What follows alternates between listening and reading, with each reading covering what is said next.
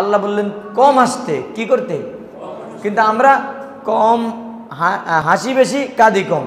আল্লাহ বললেন কম হাসা বেশি কাঁদা, নবীজি বললেন বেশি কাঁদা, কাঁদলে জান্নাতে, নবীজি বললেন। কিন্তু আমরা করি তার উল্টোটা, বেশি হাসি। হাসছেন যারা বেশি বেশি, তারা শুনে রাখুন তাদের সংক্রান্ত বিষয়ে, তাদের বিষয়ে নবী করিম সাল্লাল্লাহু আলাইহি সাল্লাম কি বলেছেন। আবু হুরায়রা রাদিয়াল্লাহু আনহু বর্ণনাকারী সাহাবী, তিনি বলেন লা তুকসিরুজ যিহকা, তোমরা অধিক হেসো না, ফাইন্না কাসরাতাজ যিহকি তুমিতুল কলবা, কেননা অধিক হাসা অন্তরের মৃত্যুর কারণ হয়ে দাঁড়ায়। অধিক হাসলে অন্তর মরে যায়, অধিক হাসলে অন্তর কি হয়ে যায়? লা তুকসিরুজ যিহকা, নবী সাল্লাল্লাহু আলাইহি সাল্লাম বললেন তোমরা অধিক হেসো না, ফাইন্না কাসরাতাজ যিহকি তুমিতুল কলবা, অধিক হাসার কারণে অন্তর কি হয়ে যায়? অধিক হাসলে অন্তর কি হয়ে যাবে? মরে যাবে। এখন হুজুরও হাসায়, শ্রোতাও হাসে। দেখেন না, এক বক্তা কদিন হেফজখানার বিরুদ্ধে শুরু করছিল, হ্যাঁ, সেও হাসায়, শ্রোতাও হাসে। আর অধিক হাসলে অন্তর কি হয়ে যায়? অবস্থাটা এমন আছে তার অন্তরটা মারা গেছে, তার শ্রোতাদের অন্তরটা মারা গেছে। না হয় কেমনে কয় কোরআন শরীফ পড়লে মানে প্রতিবন্ধী হয়ে যায় নাকি? নাউজুবিল্লাহ বললেন না, কোরআন পড়লে মানুষ প্রতিবন্ধী হয়ে যায়?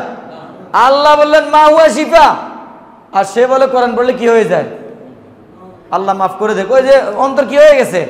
এটা সহিহ সনদের হাদিস, ইবনে মাজাহ শরীফের হাদিস। আবু হুরায়রা রাদিয়াল্লাহু আনহু বর্ণনাকারী সাহাবী, তিনি বলেন রাসূল বলেছেন অধিক হাসার কারণে কি হয়ে যাবে? অন্তর কি হয়ে যাবে? এই খেয়াল করে শুনুন, আরেক হাদিস তিরমিজি শরীফের, আল্লাহর নবী সাল্লাল্লাহু আলাইহি সাল্লাম থেকে আবু হুরায়রা রাদিয়াল্লাহু আনহু বর্ণনাকারী সাহাবী, তিনি বলেন রাসূল বলেছেন, কি বলেছেন? ইয়াকা ওয়া কাসরাতাজ যিহকি, তুমি অধিক হাসা পরিহার করো। ফাইন্না কাসরাতাজ যিহকি ফাসাদুল কলবি, কেননা অধিক হাসিটা অন্তরকে নষ্ট করে দেয়। অধিক হাসি অন্তর কি করে দেয়? এলে এক হাদিসে আল্লাহ নবী বললেন অধিক হাসা অন্তরের মৃত্যুর কারণ, আর এক হাদিসে বললেন অধিক হাসার কারণে অন্তর কি হয়ে যায়? নষ্ট হয়ে যায়। নষ্ট হয়ে যাওয়ার কারণে এই জাতীয় কথাবার্তাগুলি আসে। কথা বুঝছেননি? নষ্ট মনের কারণে এই জাতীয় কথাগুলি আসে। আল্লাহ নবী সাল্লাল্লাহু আলাইহি সাল্লাম আরো বর্ণনা করেন, নোমান ইবনে বাশির রাদিয়াল্লাহু আনহু থেকে বর্ণিত একটি হাদিস, যে হাদিসে এই যে অন্তর মরে যাওয়া বা নষ্ট হয়ে যাওয়ার ফলাফলটা কি দাঁড়ায় খেয়াল করে শুনেন। অনেক বড় হাদিস। হাদিসের শীর্ষাংশে আল্লাহ নবী সাল্লাল্লাহু আলাইহি সাল্লাম ইরশাদ করেন, আলা ওয়াইন্না ফিল জাসাদি মুদগাতান, সাবধান, জেনে রাখুন নিশ্চয়ই শরীরের মধ্যে মাংসের একটা টুকরা আছে। কি আছে? ইদা সলুহাত সলুহাল জাসাদু কুল্লুহু, মাংসের এই টুকরাটা যখন ভালো থাকে তখন পুরো শরীরটাই ভালো থাকবে। এটা ভালো থাকবে তো সব কি থাকবে? ওয়াইদা ফাসাদাত, যখন এটা নষ্ট হয়ে যাবে, ফাসাদাল জাসাদু কুল্লুহু, পুরো দেহটাই নষ্ট হয়ে যাবে। কে বলেছেন? নবী সাল্লাল্লাহু আলাইহি সাল্লাম বলেছেন। সহিহ সনদে এই হাদিসটা সহিহ বুখারীতে আছে এবং কি সিয়াসিত্তার প্রায় সবগুলি কিতাবে এই হাদিসটা আছে, যে শরীরের মধ্যে আল্লাহ নবী বলেছেন একটা মাংসের টুকরা আছে, এটা যতক্ষণ ভালো থাকবে পুরো দেহ ভালো থাকবে, এটা নষ্ট হয়ে যাবে পুরো দেহ নষ্ট হয়ে যাবে। এখন বলেন, আগের হাদিস যেগুলি বললাম, অধিক হাসার কারণে কি নষ্ট হয়ে যায়? আরে কথা বললেন না। অধিক হাসার কারণে কি নষ্ট হয়ে যায়? আবার অধিক হাসার কারণে কি মরে যায়? অন্তর মরে যায়। এবার এই হাদিসটা শেষাংশে আল্লাহ নবী বলেন, আলা ওহিয়াল কলব, জেনে রাখো, আর সেই মাংসের টুকরাটা হলো অন্তর, সেই মাংসের টুকরাটা হলো কলব। সেটা কি?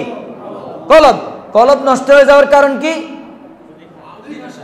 কলব নষ্ট হয়ে যাওয়ার কারণ কি? অধিক হাসা। হাসবেন বেশি। অধিক হাসার কারণে কি নষ্ট হয়ে যায়? যেমন এই বক্তা হুজুরের কি নষ্ট হয়ে গেছে? শুধু কলব নষ্ট হয়েছে না পুরো দেহ? আল্লাহ রসুল বললেন পুরো দেহ। কলব নষ্ট হয়ে গেলে পুরো দেহ কিছু হয়ে যায়, নষ্ট হয়ে যায়। তার দেহ পুরো নষ্ট হয়ে গেছে, দামাগ পর্যন্ত নষ্ট হয়ে গেছে, এবং উদ্ভট কথাবার্তা এখন বলা শুরু করছে। খেয়াল করছেন? এমন উদ্ভট কথাবার্তা বলে যে ঐতিহাসিক জঘন্য মিথ্যাবাদী। যেমন বলে একটা ছাত্র নাকি 15 বার হলে প্রতিদিন 15 বার একবার করে শোনাইতে হয়। আপনি হাফেজ নি? আপনার কোনো উস্তাদ এরকম আইন করছিনি? আপনি হাফেজ নি? আপনার কোনো উস্তাদ, আপনি নাজিরপুর পড়ছেন, কোন উস্তাদ প্রতিদিন 15-12 হলে 15-12 শোনাইতে হবে, এরকম নিয়ম করছি নি? আপনারা দেখছেন নি ছেলেটার স্বীকৃতি? এটা মিথ্যাবাদী ছাড়া কোনো ওই কি নষ্ট হয়ে গেছে, পুরা কলমের সাথে কি নষ্ট হয়ে গেছে, আবার পুরা দেওয়ার সাথে কি আছে, দামাগটাও কি হয়ে গেছে। এই কারণে মিথ্যা কথাগুলি বলে। আর কিসের ব্যাপারে মিথ্যা কথা বলে? হেফজখানার ব্যাপারে। এই হেফজখানাটা হলো এই দেশের ঐতিহ্য। মানুষ নিজের সন্তানকে হাফেজ বানায় বড় আশা নিয়ে, পরকালে ধরা খেয়ে গেলে আল্লাহ বাঁচাই দিবে। কারণ হাদিস শরীফে আসছে 10 জনকে সুপারিশ করে কোথায় নিবে? আরে কোন 10 জন? কুল্লুহুম কদ ওয়াজাবাত লাহুন্নার। আল্লাহ নবী বলেছেন এমন 10 জন, যেই 10 জনের ব্যাপারে জাহান্নাম ওয়াজিব হয়ে গেছে, আবশ্যিক হয়ে গেছে, মানে রায় হয়ে গেছে, এরা কোথায় যাবে? এরকম 10 জনদের সে সুপারিশ করে কোথায় নিবে? আর সে হেফজখানা যেখান থেকে তৈরি হয়, এখান থেকে নাকি অ্যান্ড্রু কিশোর তৈরি হওয়ার জন্য তার আশা, মেসি তৈরি হওয়ার জন্য তার আশা। দিমাগ খারাপ হয়ে গেছে। কি খারাপ হয়ে গেছে না? কেমন কো হেফজখানা থেকে? হেফজখানা থেকে মানুষ জান্নাতি প্রোডাক্ট আশা করে। বাবারা কি আশা হেফজখানা দেয়? বাঁচার জন্য, পরকালে নিজে বাঁচার জন্য। কোথায় দেয়? হেফজখানা দিতেছে না বাঁচার জন্য, কিন্তু সে এখান থেকে কি আশা করে? ফরিমনির মতো লোক আসবে, অ্যান্ড্রু কিশোর, নেইমার, মেসির মতো আসবে। এটা কি খারাপ হয়ে যাওয়ার কারণে বলতেছে? আর দিমাগ করে খারাপ হয়ে যায় কি কারণে? এই বললেন না কেন? দিমাগ খারাপ হয়ে যায় কি কারণে? অধিক হাসার কারণে। তাহলে অধিক হাসবেন? তার মজলিসে যাওয়া জায়েজ আছে? যার মজলিসে গেলে কি নষ্ট হয়ে যায়? তার মজলিসে যাওয়া জায়েজ আছে? যার বয়ান শুনলে দিমাগ অন্তর নষ্ট হয়ে যায়, তার বয়ান শোনা জায়েজ আছে? কথা বললেন না কেন? হাদিসের আলোকে বলেন, আমার কথা না। হাদিসে কি বলছে আপনাকে? দিমাগ নষ্ট হয়ে যাচ্ছে না? এর দিমাগ এত নষ্ট হয়েছে, কত বড় কাজ্জাব। আমি একটু উদাহরণ দিই, খেয়াল করে শুনেন। রসুলের শানেও মিথ্যা কথা বলছে সে। এক ব্যক্তি গ্রাম্য লোক আল্লাহ রসুলের মসজিদে এসে প্রস্তাব করছে। কি করছে? তার মনে আছে যে বুঝে নাই, প্রস্তাব করে দিছে। সাহাবা একরাম এর ব্রেক করার জন্য উদ্যত হয়েছেন। আল্লাহ রসুল তখন সাহাবীদেরকে লক্ষ্য করলেন, 60টা শব্দ পাওয়া যায়, আরো পাওয়া যায়, আমি 60টা পাইছি এই পর্যন্ত। একটা হলো দাউহু, আরেকটা হলো উতরুকুহু, লা তুজরিমুহু, ফানাহাহুম রাসূলুল্লাহ সাল্লাল্লাহু আলাইহি সাল্লাম। এভাবে 60 ধরনের শব্দ পাওয়া যায় যে রসুল এই সবগুলি শব্দের সার সংক্ষেপ দাঁড়ায় এটা। রসুল তাদেরকে অর্থাৎ সাহাবা একরামরা এর বাধা দিতে নিষেধ করেছেন, তাকে ছেড়ে দিতে বলেছেন। এই অর্থ পাওয়া যায় ছাড়া আর কোনো শব্দ রসুল বলছে বলে পাওয়া যায় না তেমন একটা। এই লোকটা রসুলের শানে কথাটা বলতে গিয়ে বললেন, রসুল বলল যে তাকে ছেড়ে দাও। সে তার লজ্জাস্থানের নাম ধরে বলছেন যে রসুল বলছে, লজ্জাস্থানের কথাটা বলছে নাকি রসুল? নাউজুবিল্লাহ। বলবেন সে এটাকে ভালো করে ঝাড়িয়ে নিক। অথচ এই জাতীয় কোনো শব্দই হাদিসে পাওয়া যায় না। আমি যে কথাগুলি এতক্ষণ বললাম, সহিহ বুখারীর কথা, মুসলিমের কথা, মুয়াত্তা ইমাম মালিকের কথা, এই জাতীয় শব্দ পাওয়া যায়। আর সে বললেন রসুল তার লজ্জাস্থানের কথা বলে বললেন যে এটারে ভালো করে কি করে নেক, জানি নেক। কার শানে মিথ্যা কথা বলছে? কাজ্জাব, 100% কাজ্জাব, ঐতিহাসিক কাজ্জাব সে। এই জাতীয় কোনো শব্দ রসুল বলে না, সে যেটা বলছে। এখন মূল কথা আমার যেটা, সেটা হলো এই কথাটা সে কেন বলছে? দিমাগ নষ্ট হয়ে গেছে। কি জন্য বলছে কথাটা? দিমাগ নষ্ট হয়ে গেছে। আর কথাটা মূলত বলছে হাসানোর জন্য। কিসের জন্য? হাসানোর জন্য। মিথ্যা কথা বললে কি হয় একটু পরে শোনাচ্ছি। আচ্ছা, আরেকটা উদাহরণ দেখেন, তাদের দিমাগ নষ্ট হয়ে গেছে অধিক হাসির কারণে। আরেকটা ঘটনা পাওয়া যায় রসুলের জীবনীতে, হাদিস শরীফ পাওয়া যায় আম্মাজান আয়েশা রাদিয়াল্লাহু আনহার বিয়ের ব্যাপারে। রসুল সাল্লাল্লাহু আলাইহি সাল্লামকে স্বপ্নে দেখানো হয়েছিল। কীভাবে দেখানো হয়েছিল?